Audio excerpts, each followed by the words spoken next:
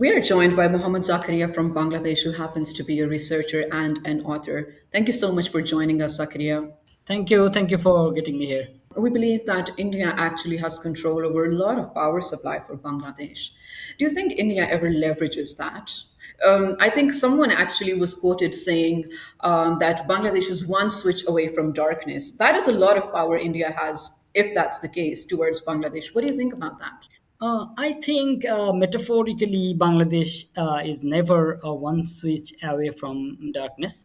Instead, Bangladesh will be able to manage the alternative sources. Bangladesh has significant other options also. Yes, of course, I must admit that the previous regime had made this policy mistakes, I must say. Then that is why they have made the dependency was so high to India, which is always a challenge, which is always always leads to an uncertainty after the change in the regime. And also, when India as a country is not focusing on dealing with in terms of country to country dealing, rather they are focusing on dealing from country to person, or country to their particular first choice or second choice people. So these things definitely created a certain uncertainty. But definitely, once the systems, when the regime has changed, so definitely the priorities have been shifted, and now I think that Bangladesh will be able to manage its alternatives. But Zakaria, you actually signaled a very important thing over here, interesting rather, and I would want you to elaborate on that. You said previously India's policy change has been according to the person in charge and not to the nation of Bangladesh, the loyalty also. What do you mean by that? I mean, India have always tried to, always has been interested to see someone there whom they are comfortable with.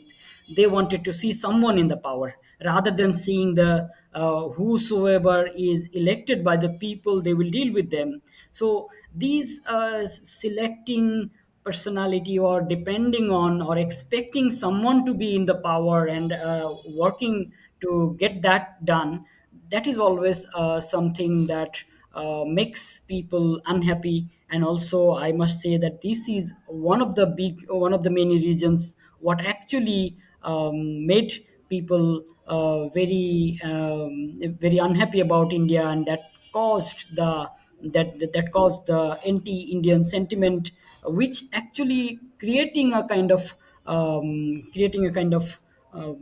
which actually affecting the neighborhood dynamics in the region.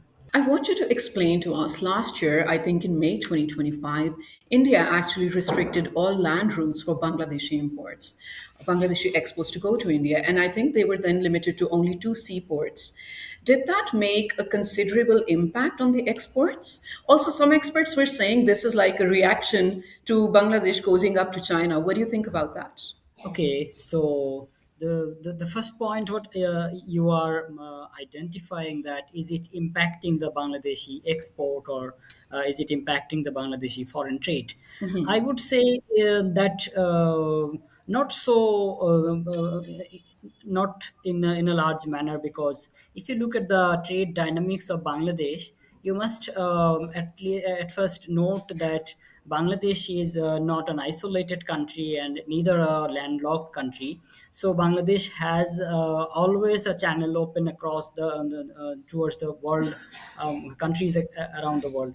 That is why it is never a great challenge that if certain ports are, if certain routes are off, then the country will face a big challenge. Rather, it is a transient factor that the country had to manage, and then the government, the new regime had taken certain measures to dimensionalize that challenges. Right. And And so, yes, please carry on. And the other point that you made, that whether Bangladesh is moving towards China or shifting its policy from India, definitely what I must say is it is not shifting the policy from India to China. Rather, it is actually making the country's policy sustainable, and it is Bangladesh. What Bangladesh has done is Bangladesh has made multiple channels open. So it has tried to engage multilaterally with many other trade partners, with many other countries. That is what any country should do. So it is actually what I may say, that it is a correcting of the the wrong policy that the previous regime used to take.